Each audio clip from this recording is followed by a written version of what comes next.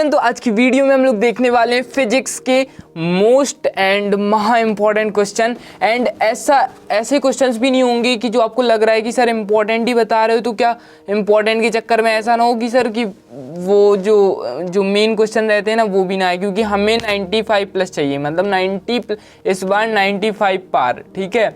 क्योंकि इस बार थोड़ा अलग पढ़ाई करेंगे आप लोग, इम्पॉर्टेंट तो रहेंगे ही रहेंगे, मतलब ये ऐसा है कि आप लोगों को फुल्ली एनसीईआरटी है, ठीक है। मतलब आप ये समझो कि ये क्वेश्चंस आपको रखे ही मिलेंगे। एंड आप कोई भी पेपर उठा के देख लो, चाहे त्रैमासिक का देख लेना, वार्षिक का देख लेना, अर्धवार्षिक का देख लेना, आपको ये क्वेश्चन हर पेपर में मिल जाएंगे जो अभी की सीरीज़ में आपको मिल रहे हैं। गाइस, एक इम्पॉर्टेंट बात भी करना था आपसे। देखो, 1 दिसंबर या 2 दिसंबर जितने से भी आपके अर्धवार्षिक एग्ज़ाम चालू हो रहे हैं, आपको पता ही होगा, ठीक है। तो हमारा कोर्स कहाँ तक 15, 16 या 20 तारीख तक ये अभी सीरीज कंटिन्यू रहेगी। उसके बाद अर्धवार्षिक की भी आप लोगों के लिए वीडियोस डालना पड़ेगा, है ना। तो ये तो कंटिन्यू रहेगा, ये तो रेगुलर आएगा, लेकिन थोड़ा लेट आने वाला है अब, है ना। बाकी अपना कंप्लीट हो जाएगा, उसका टेंशन नहीं रखो। देखो आपके लिए, देखो ये तो हो ही रहा है, साथ में आपके लिए टेस्ट सीरीज़ बना रहे हैं। ये सोच के चल सकते हो कि वो पेपर मतलब कंफर्म आपके आना ही आना है जो अभी बना रहे हैं। मतलब अभी से आपके वार्षिक पेपर बनना स्टार्ट हो गए हैं, मतलब टॉपर सॉल्यूशन पे और उधर पे नहीं, ठीक है, मेन नहीं। आपका वही क्वेश्चन A to Z पूरे आपको वही देखने मिलेंगे। आपको अगर मैं आपको दिखा देता हूँ, वो पेपर भी दिखा देता हूँ, ठीक है। देखना चाहोगे? बस थोड़ा सा देख लेना, ओके। तो देखो, मैं आपको पूरा तो नहीं दिखा पाऊंगा, लेकिन हल्का सा क्लिप दिखा देता हूँ। देखो, आपका ये बनाना स्टार्ट हो गया, यहाँ से अपने सही विकल्प हैं, ठीक है, यहाँ से अपना ये है, ठीक है। उसके बाद यहाँ पर ये 2 मार्क्स सही जोड़नी, मतलब वार्षिक पेपर जैसा आता है वैसा बनाना स्टार्ट कर दिया है। सिर्फ आप लोगों के लिए यार इतनी मेहनत की जा रही है, तो वीडियो को शेयर करो, क्योंकि आने वाला टाइम अपने लिए बहुत इंपॉर्टेंट होने वाला है। अपन को बहुत, मतलब इस बार 95+ की तैयारी हो गई है, ठीक है। तो चलो वीडियो स्टार्ट कर लेते हैं, अपना क्वेश्चन आंसर भी देख लेते हैं। उसके बाद अगर अभी तक लाइक कर देना, कमेंट कर देना, क्योंकि आप बाद में भूल जाते हो, ठीक है। तो प्लीज़ कर देना अभी, ओके। चलो, वैद्युत क्षेत्र से क्या तात्पर्य है? इसके नोट्स बनाते जा रहे हो ना, पर्टिकुलर हर चैप्टर के, मतलब हर सब्जेक्ट के। एंड ये नहीं सोचना कि सर इधर उधर के क्वेश्चन करा रहे हो, चैप्टर वाइज नहीं करा रहे हो। अब खत्म जमाना चैप्टर वाइज का, ठीक है। आपको चैप्टर वाइज आपके पास सीरीज वगैरह सब रखी होंगी, तो वो देख लिया करो। लेकिन अब ऐसे ही क्वेश्चन आएंगे, ठीक है, यहाँ से वहाँ से। एग्जाम में थोड़ी ना बताएंगे कि इस चैप्टर से उस चैप्टर से, है ना। तो बस करते चलो, top 15 question, top 20 question, top 7 question, तो बस करते चलो, लिखते चलो, ठीक है। याद अपने आप हो जाएगा बिल्कुल। अगर आप याद करना भी नहीं चाहोगे तो भी हम याद करवा देंगे, ये गारंटीड है, ठीक है। चलो, कोई सोचे भी हमारा 90 नहीं बनेगा तो उसका 85 तो हम बनवा ही देंगे, कुछ भी कर लो आप, ठीक है। यहाँ से क्वेश्चन देख लेते हैं। वैद्युत क्षेत्र से क्या तात्पर्य? किसी आवेश के चारों तरफ का वह क्षेत्र जिसमें किसी अन्य आवेश के लाने पर वह वैद्युत बल, आकर्षण या प्रतिकर्षण बल का अनुभव करता है, जिसे वैद्युत क्षेत्र कहते हैं, ठीक है। समझ में आ गया? वह आवेश जिसके चारों तरफ का क्षेत्र अन्य आवेश को लाने पर किसका वो करता है, अनुभव करता है, आकर्षण और प्रतिकर्षण बल का, ठीक है। वैद्युत धारिता क्या है? ये तो 100% आने वाला है 2 नंबर में, ठीक है। वैद्युत धारिता किसी चालक में एनर्जी को वैद्युत आवेश के रूप में समा सकने या स्टोर करने की कैपेसिटी या क्षमता को वैद्युत धारिता कहते हैं। इतनी इजी डेफिनेशन है, पढ़ते ही याद हो जाएगा, ठीक है। मतलब एक बार पढ़ा, बिल्कुल जैसे वो बोलते हैं मक्खन की तरह, वैसा याद हो जाएगा। और ये जो आपका पेपर दिखाया ना, ये आपका केमिस्ट्री का है, ठीक है, केमिस्ट्री है ये तो, ठीक है। ये फिजिक्स से भी फिजिक्स का भी बनाना पेपर है, इंग्लिश का बनाना, हिंदी का बनाना, ठीक है। तो अभी यार अगर हम 8th वगैरह के पेपर डालने लगे तो आप लोग बिल्कुल ऐसा घबरा मत जाना कि सर ये क्या कर रहे हो, हम लोगों का कहाँ गया। तो आपका भी कंटिन्यू रहेगा यार, ठीक है। 8th क्लास के बच्चे कमेंट्स कर रहे थे, इसलिए शायद डालना पड़े, ओके। वैद्युत धारिता क्या है, याद पता हो गया, ठीक है। उसके बाद नेक्स्ट क्वेश्चन, वैद्युत आवेश से आप क्या समझते हैं? तो किसी वस्तु का वह गुण जिसके कारण एक वस्तु दूसरे वस्तु को आकर्षित या प्रतिकर्षित करती है, वैद्युत आवेश कहलाता है, ठीक है। किसी वस्तु का वह गुण जिसके कारण एक वस्तु, कोई वस्तु का गुण है वो एक, मतलब किसी वस्तु का गुण जिसके कारण एक वस्तु दूसरे वस्तु को आकर्षित करती है, प्रतिकर्षित करती है, तो वो क्या कहलाता है? वैद्युत आवेश कहलाता है। इसका राशि हो जाएगा अदिश, इसको Q से प्रदर्शित किया जाता है, ठीक है। नेक्स्ट क्वेश्चन, इसका सूत्र और मात्रक भी देख लो, ओके। ये रहा इसका सूत्र। आप लोग इनमें से आई क्यू बराबर आई टी, जिसमें आई धारा हो जाएगा, टी समय हो जाएगा हमारा, मात्रक एम्पियर सेकंड या कूलाम हो जाएगा। ठीक है, वैद्युत आवेश के प्रकार दो प्रकार के होते हैं, एक धनावेश एक ऋणावेश। ठीक है, ऋणावेश कौन है? माइनस के चिन्ह वाला, जिसमें इलेक्ट्रॉनों की अधिकता होती है। ठीक है, और इलेक्ट्रॉनों की कमी किसमें होती है? धनावेश में। इसके बाद आता है हमारा क्वेश्चन नंबर 4। यहाँ पर हम लोग टॉप 15 क्वेश्चन देखने वाले हैं। ठीक है, टॉप 15 क्वेश्चन। वैद्युत सेल किसे कहते हैं? तो बहुत ईजी है एंड बहुत इंपॉर्टेंट है, और ये आएगा ही आएगा, मतलब सोच के चलो ये आना ही है। साथ में डायग्राम भी है इसका, वैसे जरूरी रहता है डायग्राम अगर क्वेश्चन बड़े नंबर में आया। ठीक है, यहाँ से हम लोग देख लेते हैं। वैद्युत सेल एक ऐसी युक्ति है जो रासायनिक ऊर्जा को वैद्युत ऊर्जा में और वैद्युत ऊर्जा को रासायनिक ऊर्जा, मतलब वैद्युत को रासायनिक में, रासायनिक को वैद्युत में, आप लोग ऐसे भी लिख सकते हो। ठीक है, जो रासायनिक ऊर्जा को वैद्युत ऊर्जा में बदलकर किसी विद्युत परिपथ में आवेश के सतत प्रवाह को बनाए रखती है। आप सिंपल भी बोल सकते हो, किसी सेल की एक ऐसी युक्ति है, विद्युत सेल की एक ऐसी युक्ति है जो रासायनिक ऊर्जा को वैद्युत ऊर्जा में, फिर यहाँ से लिख सकते हो वैद्युत ऊर्जा को रासायनिक ऊर्जा में, जो लिखना हो। ये थोड़ा स्टैंडर्ड हो जाएगी, वो नॉर्मल डेफिनेशन हो जाएगी। उसके बाद यहाँ पर अगर आप ये लिखना चाहो तो लिख सकते हो, अच्छा नंबर मिलेंगे। ठीक है, मतलब और अच्छा इंप्रेशन पड़ेगा। ठीक है, बाकी आपको इतने में तो नंबर मिल ही जाएंगे। ठीक है, एंड उसके बाद ये डायग्राम भी बना देना, इजी है कि यहाँ ये तांबे का तार है, ये जो तांबे के तार लगे हुए हैं, यहाँ जो SO2 है, ये जैकेट लगी हुई है, ये जो छड़ है यहाँ पर जैकेट लगी हुई है। ठीक है, यहाँ पर ये जब ये जो दोनों मिलते हैं, मतलब तनु H2SO4 बनता है, तो यहाँ पर क्या होता है, ये जो तार लगे रहते हैं, ये बल्ब जल जाता है। ये है वैद्युत सेल। ठीक है, सिंपल है। यहाँ पर नीचे हाँ ये देख लो, तनु H2SO4। ओके, नेक्स्ट क्वेश्चन देख लेते हैं अपना। लेकिन ये एक तरीके से और भी बन जाता है, मतलब ये वैद्युत सेल के ये दो प्रकार के होते हैं। एक होता है प्राथमिक सेल, जिसे पुनः आवेशित नहीं किया जा सकता, मतलब पुनः आवेशित नहीं किया जा सकता, वो प्राथमिक सेल। और जिन्हें पुनः आवेशित किया जा सकता, वो कौन से सेल? वो द्वितीयक सेल। इसका उदाहरण हो जाएगा शुष्क सेल, इसका हो जाएगा संचायक सेल।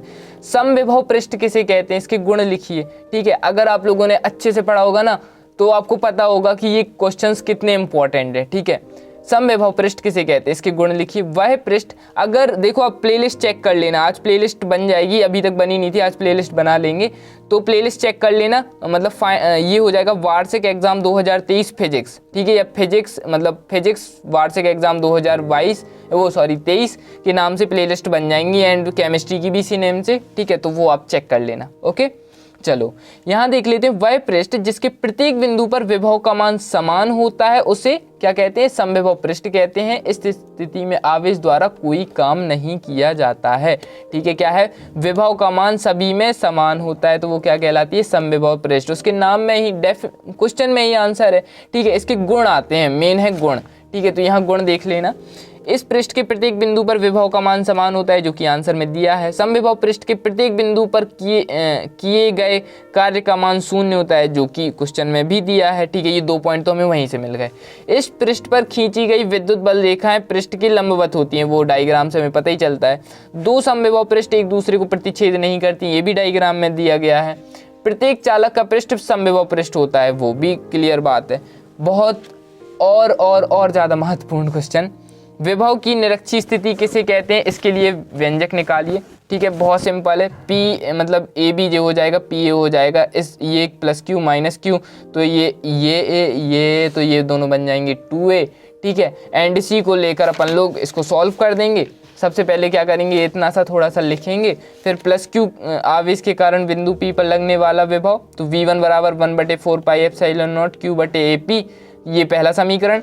फिर V2 बराबर 1/4 pi epsilon not minus Q बराबर PB। तो ये समझ में आया कि ये कैसे आया? ठीक है, ये QAP और QPB मैं यहाँ से आपको दिखा देता हूँ। एक अपन लोग क्या करेंगे, यहाँ पे Q, ठीक है, फिर उसके बाद AP। ठीक है, ये हो जाएगा। यहाँ पर अपना क्या दिया गया है, ये दिया गया है हमारा PB, AP और PB। ठीक है, पहले इसके साथ करेंगे, AP के साथ, फिर करेंगे PB के साथ। ठीक है, तो सिंपल दोनों ट्राइंगल्स के साथ करना है, एंड फिर दोनों को मिला देना है।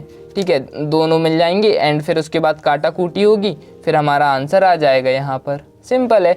फिर इसके बाद आता है हमारा किरचॉफ का नियम, बहुत इंपॉर्टेंट है गाइस। ठीक है, इसका प्रथम नियम से रिलेटेड एक एग्जाम्पल मतलब ऑब्जेक्टिव क्वेश्चन भी आता है कि ये किस नियम का पालन करता है, प्रथम नियम का पालन करता है। एक ऑब्जेक्टिव आता है, मुझे अच्छे से याद नहीं आ रहा, एक क्वेश्चन रहता है ये मतलब किस नियम का पालन करता है, तो उसमें प्रथम नियम ऐसा कुछ है, याद नहीं आ रहा वो अभी अच्छे से।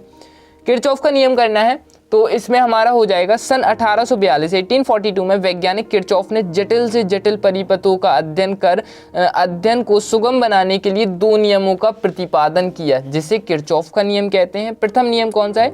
किसी विद्युत परिपथ में किसी भी संधि को मिलाने वाली समस्त धाराओं का बीजगणितीय योग शून्य होता है। मतलब किसी विद्युत परिपथ में किसी जो विद्युत परिपथ हो जाएगा, किसी भी संधि को, जो विद्युत परिपथ हो गया, किसी भी संधि को मिलाने, ये वाला जो मिलाने वाला है उसे क्या कहेंगे हम?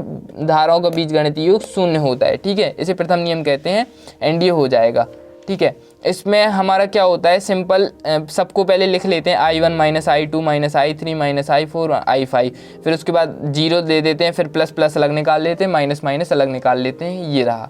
ठीक है, I1 I2 I3 I4 I5 बराबर 0, जिसमें I1 I4 अंदर आ रहे हैं, I1 I4 अंदर आ रहे हैं और I2 I3 I5 बाहर जा रहे हैं। ये हमारा आंसर यहाँ पर क्लियर हुआ। नेक्स्ट क्वेश्चन, अरे नेक्स्ट क्वेश्चन नहीं, नेक्स्ट पार्ट, यानी कि किरचॉफ का द्वितीय नियम। ये भी काफ़ी इजी है। ठीक है, किसी विद्युत परिपथ के किसी बंद जाल के विभिन्न भागों में प्रभावित होने वाली विद्युत धाराओं एवं संगत प्रतिरोधों के गुणनफल का बीजगणितीय योग उस जाल के उपस्थित कुल विद्युत वाहक बलों का बीजगणितीय योग के बराबर होता है। समझ में नहीं आया ना? आप इसके ये जो दिया है ना डायग्राम के, इससे समझ जाओगे ईजी। ठीक है, विद्युत परिपथ में 2 बंद जाल हैं, एक है ABCD और दूसरा कौन सा है? CDEF। ये 2 जाल हो गए, ये ऐसे आ रहा है। ठीक है, ये ऐसे जा रहा है। उसके बाद ये R1 R2 R3 हो गया, फिर ये सब। ठीक है, प्रथम बंद जाल ABCD में यहाँ पर हम लोग देखेंगे I1 R1। ठीक है, I1 R1 माइनस, ठीक है, यहाँ पर माइनस करना है, I1 R1 माइनस I2 और उसके बाद R2। ठीक है, ये हो गया, ये इस तरफ ये ऐसे जा रहे थे। ठीक है, उसके बाद फिर इसके बाद हम लोग देखेंगे, ये हो गया, तो इसको मिलाकर क्या बनता है? E1 माइनस E2, ये दोनों बने E1 E2। उसके बाद द्वितीय बंद जाल CDEF देखेंगे तो इसमें कौन सा हो रहा है? I2 into R2। ठीक है, I2 इंटू R2, फिर प्लस, फिर ये प्लस आएगा यहाँ पर हमारा प्लस, क्योंकि इसमें माइनस तो लगा नहीं है ना, plus I1 plus I2 into R3। ठीक है, ये हो गया, और बराबर इसमें जैसे E3 तो है नहीं तो अकेला E2 आ जाएगा। सिंपल, आगे समझ?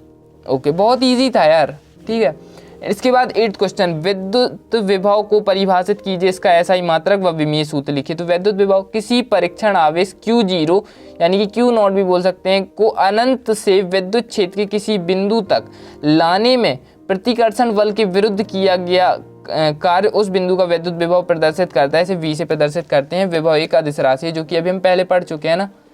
ये पूरा देख लो, स्क्रीनशॉट भी ले सकते हो और साथ में लिख सकते हो, ज़्यादा अच्छा रहेगा लिखना। ठीक है, वैद्युत स्थितिज ऊर्जा क्या है? तो वैद्युत स्थितिज ऊर्जा एक अदिश राशि है, लेकिन यह धनात्मक, ऋणात्मक अथवा शून्य भी हो सकती है। ठीक है, वैद्युत स्थितिज ऊर्जा का मात्रक कार्य या कार्य की मात्रक के समान होता है, अर्थात वैद्युत स्थितिज ऊर्जा का एसआई मात्रक पद्धति में जूल होता है। उसके बाद वैद्युत द्विध्रुव क्या होता है? वह निकाय जिसमें 2 बराबर तथा विपरीत प्रकार के बिंदु आवेश एक दूसरे से अल्प दूरी पर स्थित होते हैं, उसे वैद्युत द्विध्रुव कहते हैं। ये डायग्राम है। एंड इसके बाद सिंपल उतना ही सा आंसर था, ज़्यादा बड़ा नहीं था। उसके बाद अनुगमन वेग से क्या तात्पर्य? बहुत इंपॉर्टेंट है, आएगा ही आएगा ये क्वेश्चन। आप किसी भी पिछले साल के पेपर उठा के देख लो, आपको ये क्वेश्चन मिलेंगे। ठीक है, अनुगमन वेग, जब मुक्त इलेक्ट्रॉन आपस में टकराते हैं तो उनमें एक सूक्ष्म वेग मिल जाता है। जब 2 मुक्त इलेक्ट्रॉन आपस में टकराते हैं, ठीक है, ऐसे ऐसे, तो उनमें एक सूक्ष्म वेग मिल जाता है, जिसे क्या कहते हैं? अनुगमन वेग, जिसे VD से प्रदर्शित करते हैं। संट क्या है? संट कम प्रतिरोध का तार होता है, जिसे धारा मापी की कुंडली के साथ समांतर क्रम में जोड़ा जाता है। संट के उपयोग भी होते हैं, संट के लाभ भी होते हैं और हानि भी होती है, लेकिन हानि नहीं होती, मतलब एक पॉइंट ही बनता है हानि से, ये वाला रहा, जो कि उतना ज़्यादा महत्वपूर्ण नहीं होता, लेकिन उपयोग बहुत होते हैं। धारा मापी की प्रबल धारा से सुरक्षा के लिए, धारा मापी को अमीटर से रूपांतरित के लिए, अमीटर के परास को बढ़ाने के लिए। ठीक है, उसके बाद लाभ हो जाएगा, धारा मापी की कुंडली और संकेतक क्षतिग्रस्त होने से बच जाता है। धारा मापी का प्रभावी प्रतिरोध बहुत कम हो जाता है, अतः किसी परिपथ से जोड़ने पर उस परिपथ में बहने वाली धारा के मान में उल्लेखनीय परिवर्तन नहीं होता है। हो गया। इसके बाद हानि भी लिख लेना अगर आप लोग लिखना चाहो। संट लगाने से धारा मापी की सुग्राह्यता कम हो जाती है। उसके बाद नेक्स्ट क्वेश्चन आता है, सेल का आंतरिक प्रतिरोध के लिए व्यंजक निकालिए। तो ये रहा, इजी है, ओम के नियम से अपन लोग नॉर्मली सॉल्व कर सकते हैं, ठीक है। समीकरण एक ओम का नियम का बन जाएगा, ओम के नियम से फिर ये आ जाएगा द्वितीय दूसरा पॉइंट, एंड सिंपल मिला देंगे जब एक और दो समीकरण को तो हमारा आंसर मिल जाएगा। इसके बाद 12वां क्वेश्चन बायो सेवर्ट का नियम, ये तो बहुत ज़्यादा इंपॉर्टेंट है गाइज। अगर आपने यही क्वेश्चन पढ़ लिए ना तो 90 बार तो जाने वाले, क्योंकि अभी ऑब्जेक्टिव के भी वीडियोस आएंगे, ठीक है। तो कुछ भी कर लो, बहुत अच्छा परसेंट बनने वाला है, बस ये पढ़ते चलो और अपना जो कर रहे हो वो तो करो, ठीक है, लेकिन ये ज़रूर पढ़ो, ठीक है। अपना अगर ना भी करो तो भी 80 पार तो जाओगे ही जाओगे, ठीक है। चलो, अगर आपने अभी तक कुछ भी नहीं पढ़ा है तो भी आपके लिए वीडियो बहुत इंपॉर्टेंट रहने वाली है। मतलब कुछ भी कर लो, गधे से गधा बच्चा भी अगर ये कंप्लीटली लिखता है यार, याद करना है, जो बताया गया है याद करना है, तभी आपको ये मतलब जो परिणाम है यानी कि जो आपको फल है वो मिलेगा, ठीक है। ऐसा नहीं है कि सर ये इम्पॉर्टेंट है लेकिन बनता नहीं है, ये चीज़ गलत हो जाती है कि बायो सेवर्ट का नाम तो पता है, याद है सर बहुत इंपॉर्टेंट है लेकिन बनता नहीं है, ठीक है, तो ये गलत होता है ना। तो बायो सेवर्ट का नियम के अनुसार ये डायग्राम बन जाता है, ये डीएल हो जाता है। सिंपली इसके 4 पॉइंट बनते हैं, ठीक है। एक होता है डीबी प्रोपोर्शनल आई, ठीक है, आई की धारा मापी होती है, धारा आई मतलब डीबी के लिए होता है। फिर दूसरा कौन सा हो जाता है हमारा डीएल के लिए, एक होता है आई के लिए हो जाएगा एक, ठीक है, दूसरा डीएल के लिए हो जाएगा, ठीक है। तीसरा आर स्क्वायर के लिए हो जाएगा, ठीक है, यहाँ पर ये है इतना, ये इन दोनों का हो जाएगा तो आर स्क्वायर हो जाएगा। फिर उसके बाद ये थीटा इसके लिए हो जाएगा, साइन थीटा के लिए, ठीक है। हो गया, सिंपल याद कर लो, फिर सबको मिला दो, सबको रख दो, पहले दूसरे तीसरे को रख दो सम्मिलित रूप में, आ जाएगा आंसर। नेक्स्ट छोटा सा क्वेश्चन है एक शब्द का, ऊर्जा घनत्व से क्या तात्पर्य। तो संधारित्र के एकांक आयतन में संचित ऊर्जा को संधारित्र का ऊर्जा घनत्व कहते हैं। एक आदर्श वोल्टमीटर का प्रतिरोध कितना होता है। एक आदर्श वोल्टमीटर का प्रतिरोध अनंत होता है, ठीक है। एक इलेक्ट्रॉन पर कितना आवेश होता है। तो 1.6 × 10⁻⁻19 कूलाम। उसके बाद ये एक शब्द वाले क्वेश्चन है गाइस, ठीक है। क्या कोई ऐसा चालक है जिसे असीमित आवेश दिया जा सकता है। तो पृथ्वी एक ऐसा चालक है जिससे अनंत आवेश दिया जा सकता है, ठीक है, उसे कोई फर्क ही नहीं पड़ता। ओके, तो ये हमारे कंप्लीट खत्म हो गए। 16 वाला भी अगर आप करना चाहो, ओम का नियम बहुत इंपॉर्टेंट है, टोटल 16 क्वेश्चन है लेकिन आप 15 मान के कर सकते हो। इसके बाद और भी है, देखो ये वाला क्वेश्चन रहा गाइस, किरचॉफ का प्रथम नियम किसके संरक्षण नियम पर आधारित है। 100% ये मिलने वाला है आपको क्वेश्चन, ये समझो रियल पेपर मिल गया, लेकिन ये क्वेश्चन आपका 110% आएगा। किरचॉफ का प्रथम नियम आवेश संरक्षण पर आधारित है। तो यहाँ पर अभी हमारा ये खत्म हुआ, ठीक है। आई होप ये वाला वीडियो पसंद आया होगा, एंड पसंद आया तो प्लीज़ वीडियो को लाइक कर, चैनल सब्सक्राइब कर लीजिए। आपके क्वार्टरली एग्जाम की भी तैयारी कराएंगे, लेकिन ये तो कंटिन्यू रहेगा, ठीक है। अपना लेट वीडियो आएंगे लेकिन कोर्स कंप्लीट करा दिया जाएगा, बस ये कंप्लीट पढ़ लेना, 90 पार जरूर जाओगे। Okay guys, thank you so much for watching, bye bye.